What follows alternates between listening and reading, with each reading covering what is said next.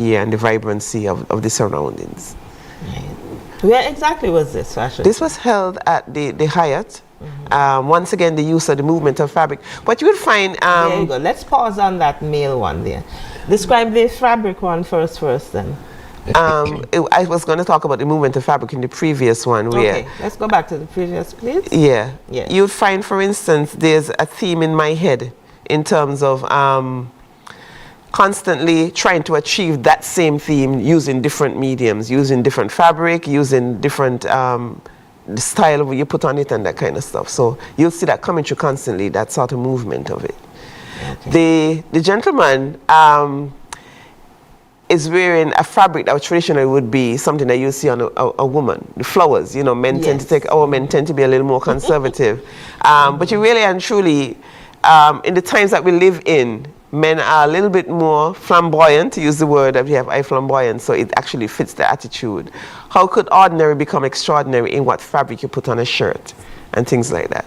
So for a piece like this, would this be in your store normally, and how well is it selling if that's the case? Well, these are from last year, so they're no longer available. Okay. I don't have a lot of men designs though, but when we do, we sell just most of the shirts. Okay. All right, lovely. So is there an element of theater in a fashion show? Because there was a fashion show that you also did. I think that was at the point, Sugar Stories? Sugar Stories, Sugar that's way back Stories. in the early 2005, 2006. Okay. Yeah. For me, I always see fashion, it's a story. But that one particularly is called Sugar Story. But it's a story. You're basically trying to bring things together, whether it be the cultural elements, whatever is happening in society, community, and you have to kind of set the stage, you know, in order to deliver the message. So I do see it that way. It is theater. It is theater. So you do set the stage. Now, we looked at the males, but there was also an element of males in Sugar Stories as well. Yeah. Tell us a bit about that in terms of maybe the designs. There were particular designs for the males shirts. Yeah, it's always the shirts. For me, when it comes to men, I probably see them as the torso. That's their presentation. And it's what you could do with shirts. Could be so ordinary. I always feel sorry for men. I don't know if it's a good thing to say, but you feel sorry for them in that what they get to wear is so limited to a shirt and a pant, a shirt and a pant. Whereas a woman could wear, you know, a top, a dress, a strappy dress, a jumpsuit, and it goes on. And then, so you try to make shirts as exciting as you possibly can. For me, it is bringing color to it, it's bringing shapes to it, it's bringing a blend of different things. Whatever you could do to make it exciting. Okay. So then tell us, what's the link between fashion shows and clothing? Are your clothes that you display during the fashion show wearable? Because I know sometimes in like Europe and those places, the clothes you see on the fashion show, I wouldn't wear them. But are yours wearable? Well, we tend to do a ready-to-wear line, so 90% of the clothes that you'll see on a fashion show would be wearable. But then, like you said, there's the element of theater, where you are entertaining people. You bring people into a room, and normal clothing can't just entertain them. Sometimes you have to actually do the entertainment. But beyond entertainment, for me, fashion shows are a trial run of what works and what doesn't work. And so you tend to take risk and show people things that they wouldn't normally wear every day, or they're not already wearing, to see what the response is to it. I mean, the blend of colors, maybe you bring colors together that don't normally come together, your purple and a green, you know, things like that. So it is a risk, it is theater, it is actually a trial run. When you call your sample line, you know, you're actually trying everything there and see what sticks. Okay, now in a synopsis, in a little bit of a paragraph, tell us, what does fashion mean to you? Wow. Fashion for me, fashion has been a part of my life. It goes way back to my mother being a seamstress. So I've always sat and searched through the magazines, the Simplicity, the Sears, they've always been a part of my life. And so fashion is, for me, an identity. It's how you present yourself to the world. It should be how you see yourself, it's how you present yourself to the world. So for me, fashion is part of, it's dressing literally, but it's basically, what is the statement that you're making? What are you saying in what you wear? So a lot of people wear clothes, they just, you know, just for cover, Yes, a lot of people wear clothes. I mean, it's a style, but for me, it goes deeper. I have to know that what I wear says a lot about how I see the world, how I see myself. For instance, and it occurred to me even I was thinking about this show, there are fabrics that I wouldn't wear normally because I consider them unsustainable. And I consider myself someone who is a friend of the world, in that you want to actually take care of the world so that it can go on to another generations. No. And people's awareness of that kind of stuff is sometimes so lacking in fashion, in terms of there's so many fabrics that are so harmful to the environment, things like that.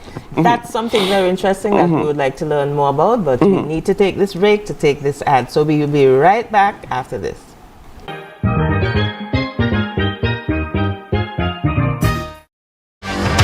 That's what I'm talking about. Wait! Okay, now, from the beginning. Hit it, boys.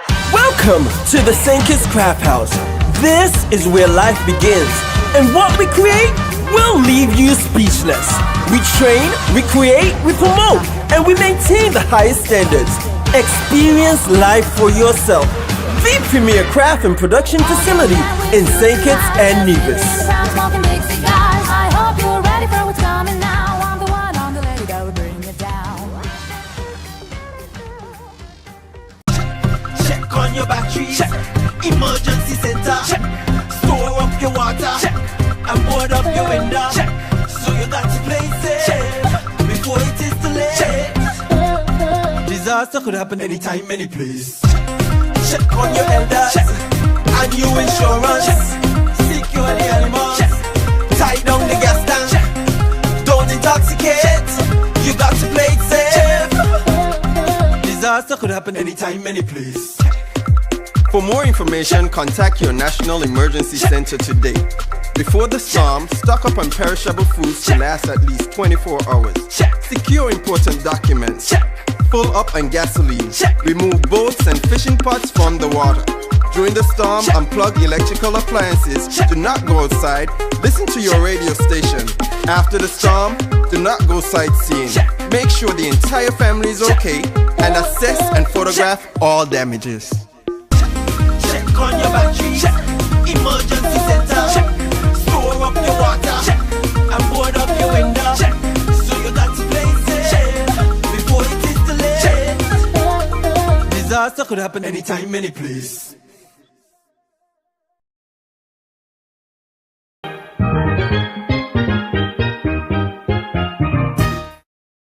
Welcome back to the CookUp.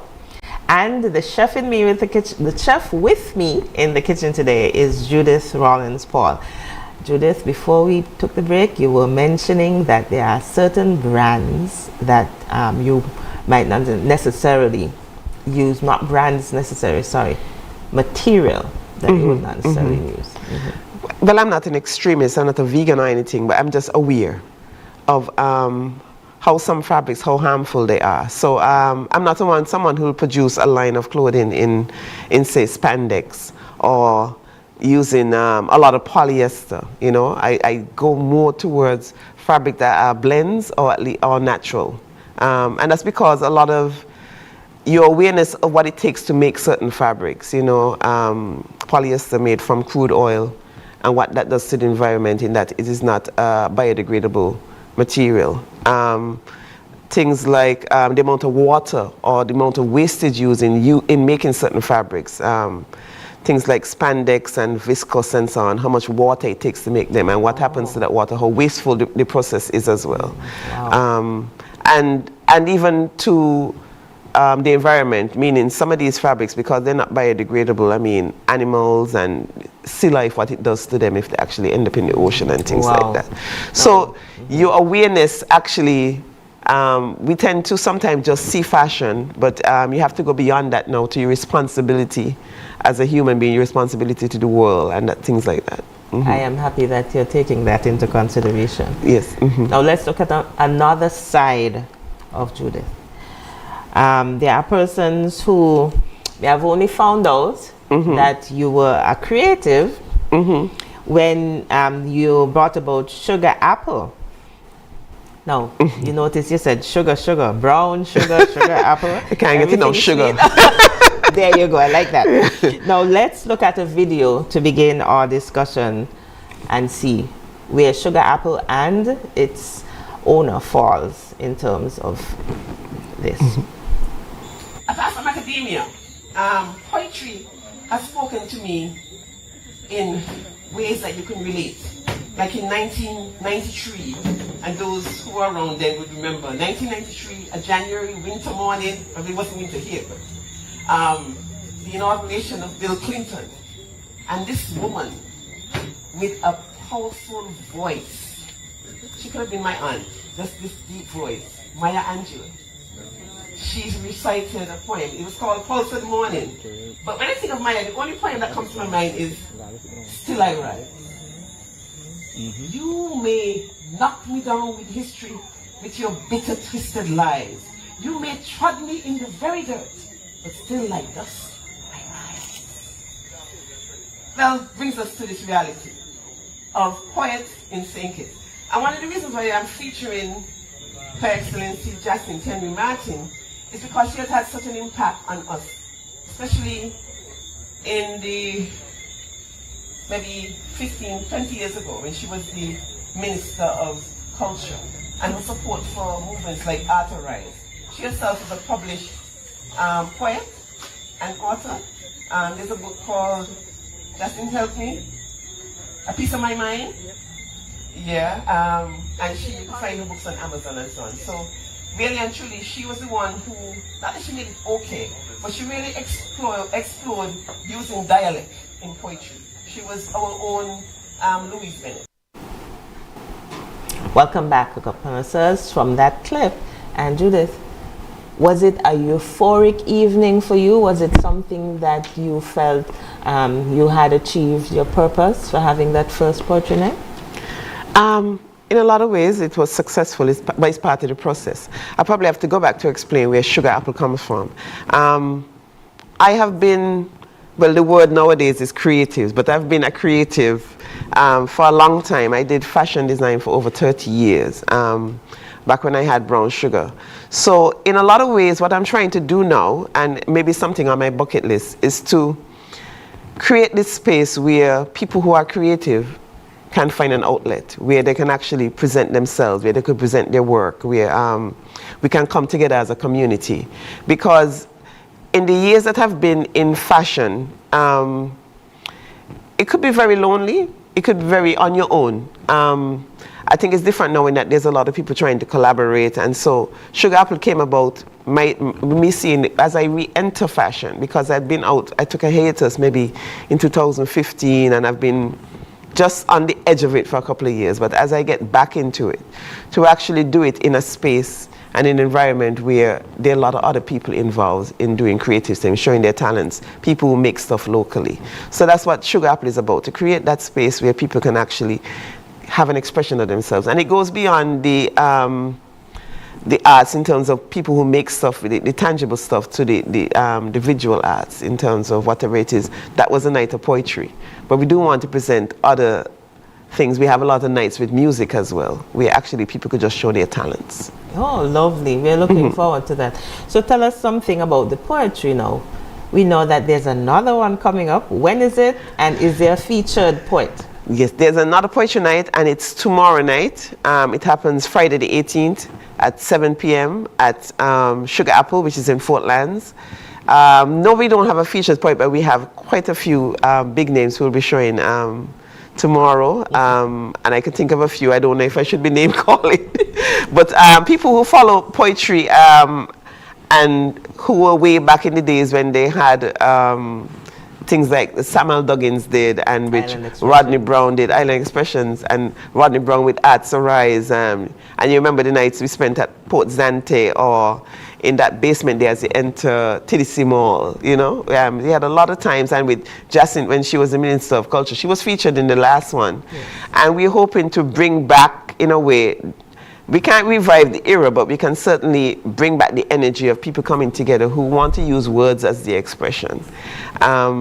So Tomorrow night we have a lineup of 11 poets who will be performing, and once the night goes well, we'll also have an open mic segment for those who are inspired on the moment to actually come to the mic. So it's going to be an interesting evening. All right, lovely. Now you briefly touched it. You mentioned that Sugar Apple is basically an arts center, to phrase it another way.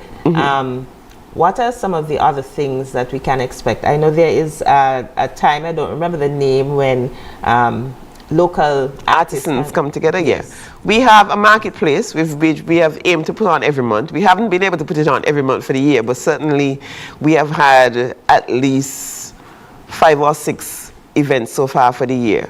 We have the other one coming up in November the 9th, Saturday, November 9th. We have our next marketplace, and that's actually our first anniversary marketplace, in that it has actually been 1 year since I've been operating Sugar Apple. And what it is, it's like 20-25 artisans coming together to show their work. So it's about shopping, it's about actually seeing what's going on creatively on the island. It's about a community of people who enjoy art, who enjoy things made locally, where you can actually come out and get local food, local drinks, music, and entertainment. So this year we're gonna, because it's our first year, there's gonna be a bit of a fashion event, and it's gonna be a big deal.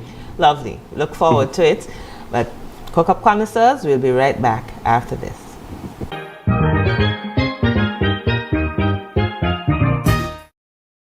It's time that we realize that we must work together to thrive. The world as we know it, the sky and below it. Could I never have more wonder? Yeah, with life and all you see, and the climate's changing. But hope is remaining. That we can't ignore the future. It depends on you and me. One chance, all that we got. One voice, together we stand. Take care, the world where we live. Permite a todos vivir. Tomamos la oportunidad para guardar la humanidad. And I must leave no one behind, because we are one climate, one Caribbean. One climate, one Caribbean.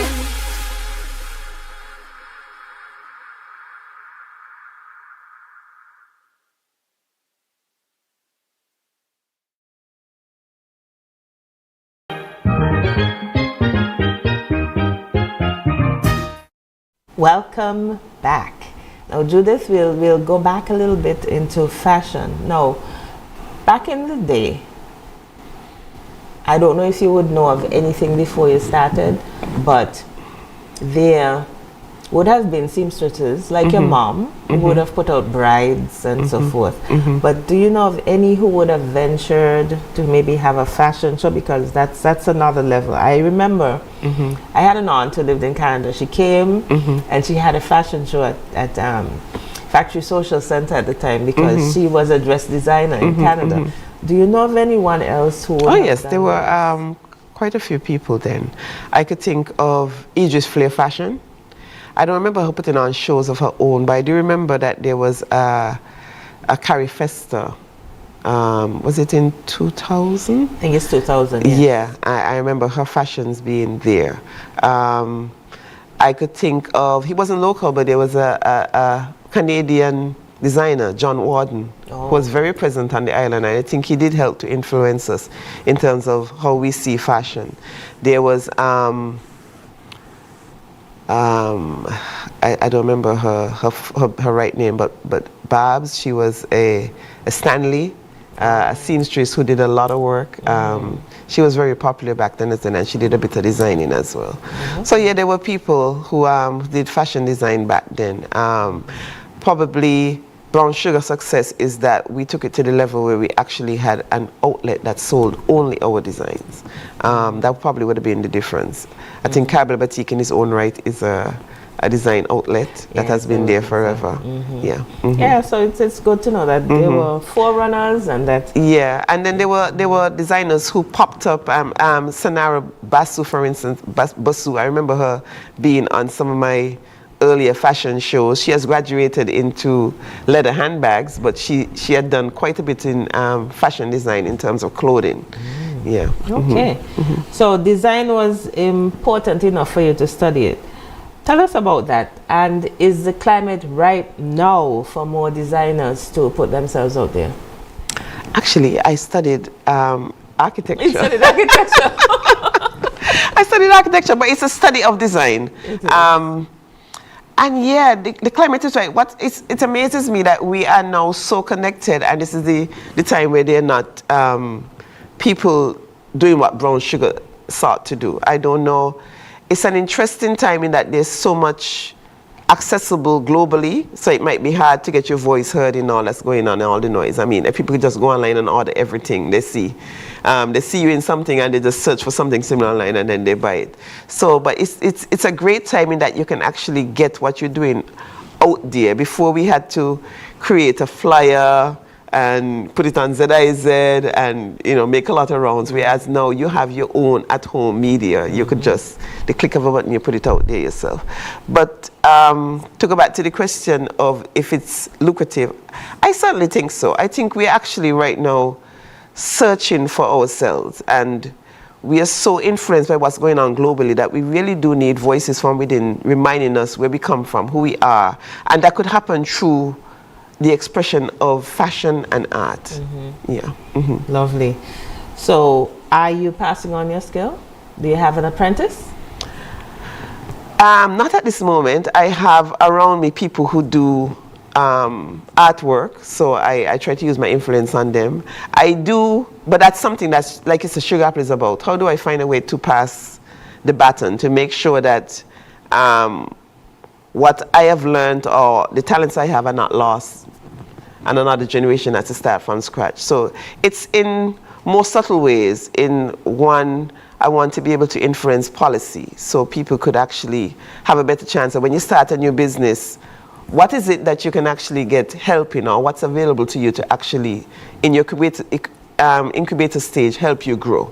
So things like that I'm interested in. How do you influence policy so that people can actually grow businesses? Yeah, that's what I'm about. Lovely. Now I'm going to ask you to grant me a little pause. We're going to do some notices on what we call our seasoning mix. So CookUp connoisseurs, here is our seasoning mix.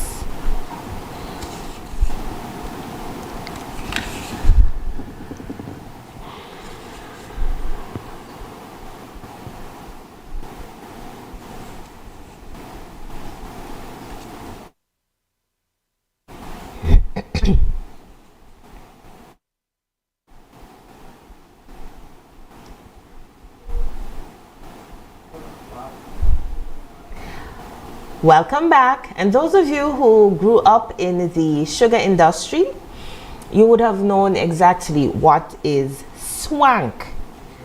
Now, there at the Department of Creative Economy, Cultural Heritage, we have a swank cultural music competition. And we will be bringing you sweet cultural music that will quench your thirst. And so persons taking part can win up to $10,000, $2,500 for the best lyrics, $2,500 for the best rhythm, and $5,000 for the best people's choice.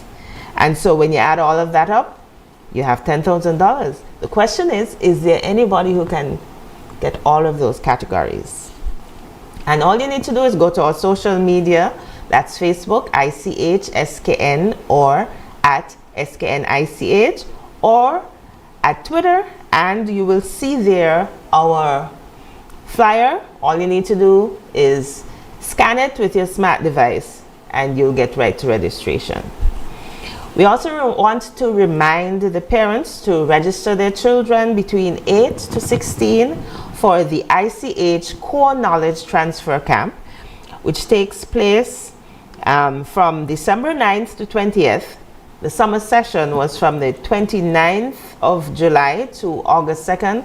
And so those persons who attended the summer session will have first priority because they will be the ones who would then continue their training, and the end result is a performance in the National Carnival.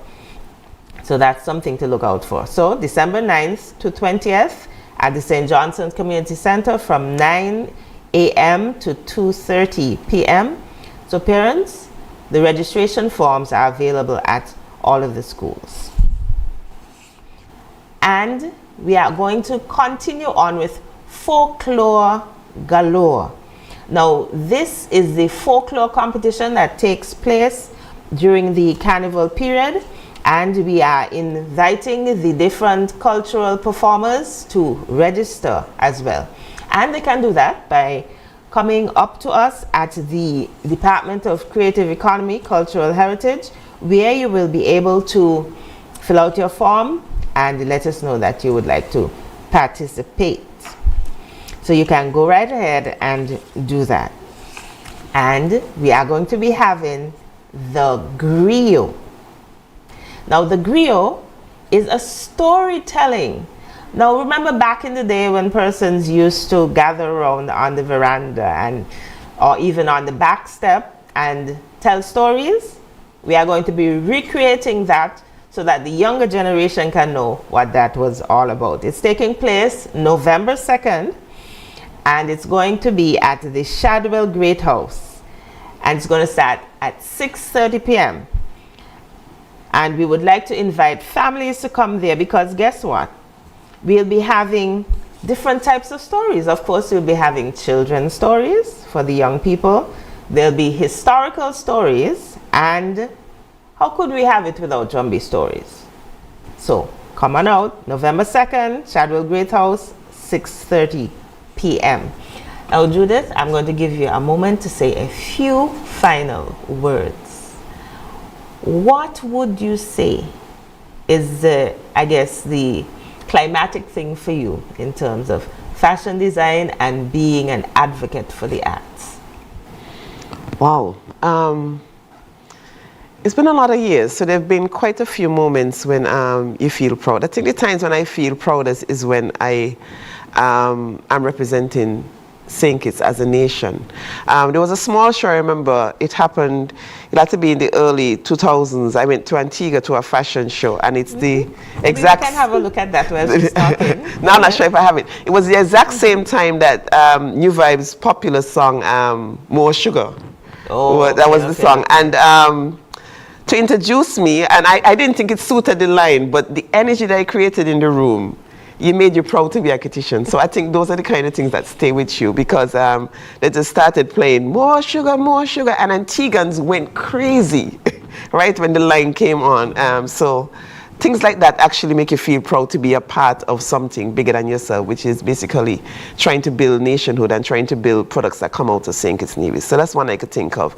And I can think of representing St. Kitts again at Caribbean Fashion Week in Jamaica. I think we do have that. Yeah, you probably do have that one. And that was quite a show, which you had big names from all over the Caribbean. You had Mailing out of Trinidad. You have out of Jamaica, they have big lines as well. And I think we just represented well. We were well received. We were, in a way, we had come to an international level where you couldn't say this was from a small island or a different island than any of the others. So those have been proud moments for me. I would like to just encourage people to, whatever you're dreaming, whatever you're pursuing in terms of your expression, first you have to remember that it's not going to be easy, because you can't be like everybody else. You know, when you actually decide to use your talents, you have to be singular. You have to be somehow separate from what's going on with other people. So don't be afraid of standing out as different in first place, and then just pursue your dreams. It's not going to be easy. And that's why we have places like Sugar Apple, where we're trying to build community where people who are creative can feel comfortable. They can have people who they can actually speak to and find similarities or camaraderie in terms of what they do. So pursue your dreams, continue. Remember, we're building a young nation. When it compares to other independent nations in the world, I mean, we're only, what are we, 30-something years old? I forget. But continue on, press on, and follow your dreams. Lovely. Wonderful advice. Now, CookUp connoisseurs, don't you think we should invite her back? Because she has so much knowledge, not only about her area, but how we fit into the whole scheme of things in the Caribbean and internationally. So, CookUp connoisseurs, this has been it for today's The CookUp. But guess what? We'll be coming your way in the next 2 weeks. And don't forget, next week, it's Living Heritage. So remember, together, we can safeguard our cultural heritage.